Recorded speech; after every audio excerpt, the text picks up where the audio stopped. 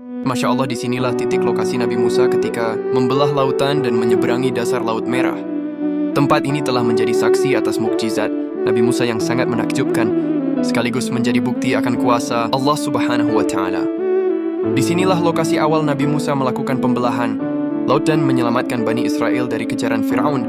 Kisah Nabi Musa membelah Laut Merah di tempat ini bahkan diabadikan Al-Quran dalam beberapa surat, antara lain di surah Al-Baqarah ayat 50, surah Ash-Shura ayat 60-66, dan surah Toha ayat 77.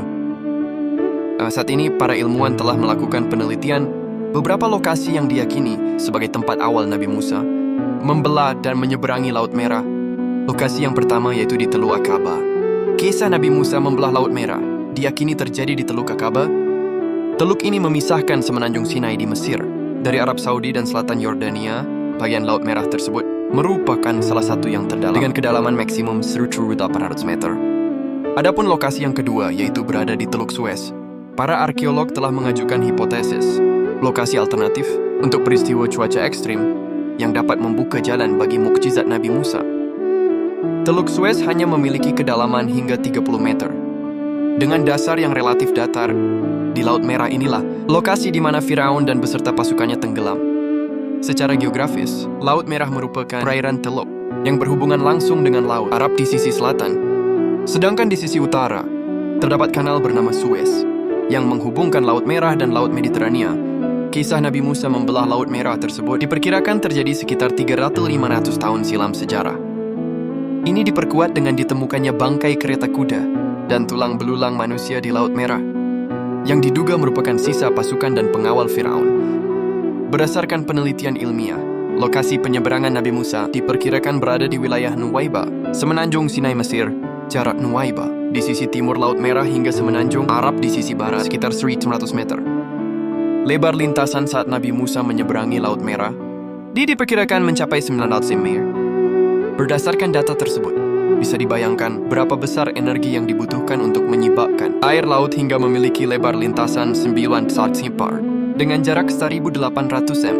Apalagi waktu tersibaknya Laut Merah cukup lama, karena Bani Israel yang menyertai Nabi Musa menyeberangi Laut Merah mencapai 600.000 orang. Menurut perhitungan fisika, jika penyebakan Laut Merah tersebut berlangsung 4 jam saja, maka dibutuhkan tekanan gaya persatuan luas sebesar 28 juta Newton per meter persegi. Jika dikaitkan dengan kecepatan angin, akan melebihi kecepatan angin pada saat terjadi badai angin kencang.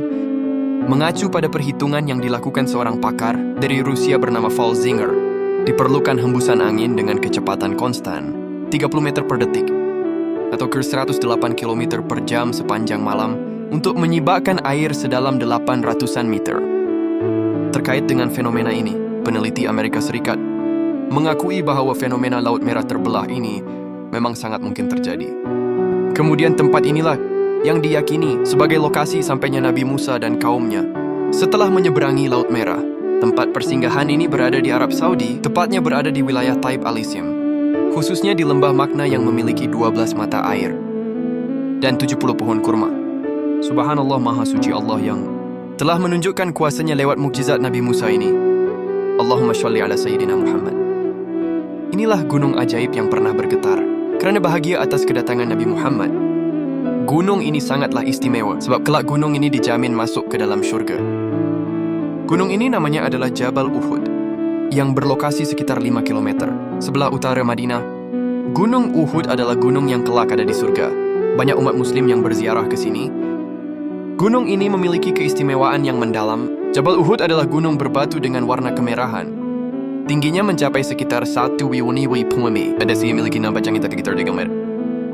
Jabal Uhud terpisah dari deretan gunung lainnya, sehingga penduduk Madinah menyebutnya Jabal Uhud, yang berarti bukit yang berdiri sendiri. Nabi Muhammad bersabda, Jabal Uhud adalah salah satu dari bukit-bukit yang ada di surga. Hadis riwayat Bukhari. Nabi Muhammad dahulu pernah mendaki puncak Uhud bersama Sayyidina Abu Bakar, Sayyidina Umar, dan Sayyidina Utsman bin Affan. Ketika mereka berada di puncak, gunung Uhud tiba-tiba bergetar. Nabi kemudian menghentakkan kakinya dan berkata, "Tenanglah kamu, wahai Uhud. Di atasmu sekarang adalah Rasulullah dan orang yang selalu membenarkannya, serta 2 orang yang akan mati syahid. Setelah itu gunung tersebut tiba-tiba berhenti bergetar. Ini menunjukkan kecintaan dan kegembiraan gunung Uhud dalam menyambut kehadiran Rasulullah Shallallahu Alaihi Wasallam. Ya Allah, semoga kita semua bisa berziarah ke Jabal Uhud ini, amin. Seperti inilah isi di dalam makam Nabi Muhammad. Bila diintip dari luar, Masya Allah, sungguh beruntung sekali umat Islam yang bisa berziarah ke makam Rasulullah. Makam Nabi Muhammad ini dilindungi oleh 4 lapis tembok dan sebuah pagar besi. 3 lapisan tembok berada di dalam dan 1 lapisan di luar, memisahkan makam dari area masjid.